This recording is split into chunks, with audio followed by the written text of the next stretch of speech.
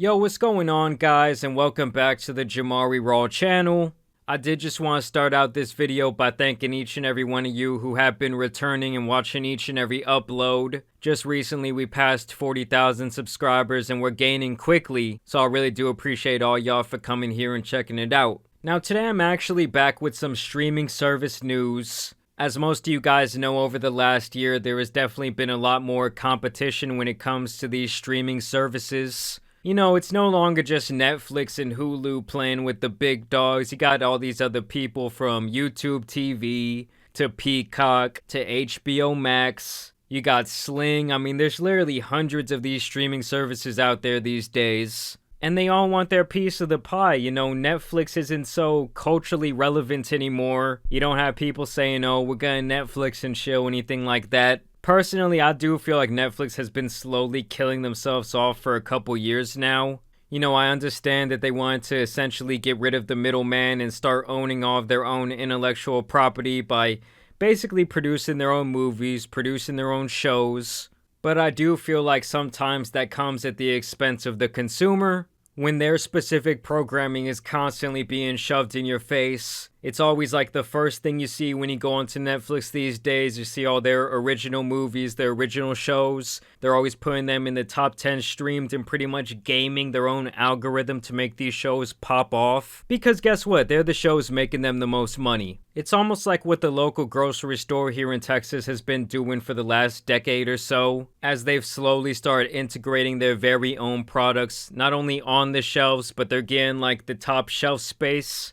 And so here it's like HEB. So instead of seeing like Jif and Peter Pan at eye level when you go to the store, they're putting like the HEB stuff where the consumer is most likely to just look and grab. And you know, sometimes I'm like, yeah, HEB is good, but I want that Jif. Either way, I say all of that because Netflix is once again shooting themselves in the foot, in my opinion. They've been talking about doing this for what seems like years. But it seems like their plan to prevent password sharing is finally going to be implemented on their platform. Netflix has unveiled its plans to prevent password sharing between people in households outside of an account owner's primary location. I mean, y'all know how it goes. You know, you might have 10 different people living in 10 different households, living in 10 different states, all using the same Netflix account. Like, for example, I'm the primary owner of my Netflix account. I got my parents watching it from another house. I got my grandma an account on there, my sister. But essentially all that is now going to be put to a stop because they're wanting all these people who were just piggybacking off of someone else's account to sign up and start sending them some of their own personal paycheck. The frequently asked pages for countries where Netflix is currently testing their extra membership fees for account sharing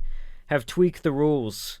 And I think this is kind of going to be like a primary one across the board. The Help Center states that devices must connect to the Wi-Fi at the primary location and watch something on Netflix at least once every 31 days. So if I'm understanding this correctly, if you want to use a device to access Netflix, that device at some time during the last month has to have connected to Netflix for whatever Wi-Fi and IP is located at the primary owner's house. The company will use information such as IP address, device IDs, and account activity to determine whether a device signed into an account is connected to the primary location. A device may be blocked from watching Netflix if it is deemed to fall outside the household. Yeah, I just think this is such a stupid move by them, because not only have their subscription prices been rising year after year, but I'm literally already paying more money every single month so I can have multiple devices connected to Netflix at once. And if I'm already paying that premium, why should it matter where those devices are located that are accessing my Netflix account?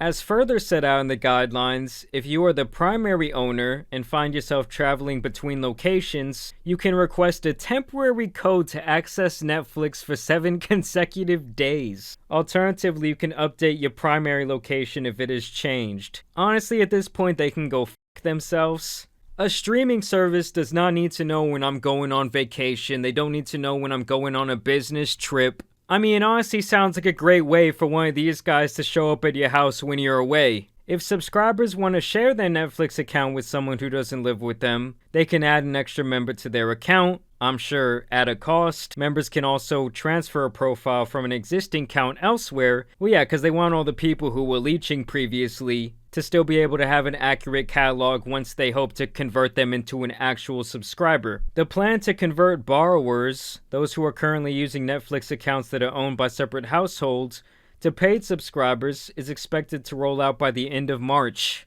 See, all leeches got around 2 more months to watch content.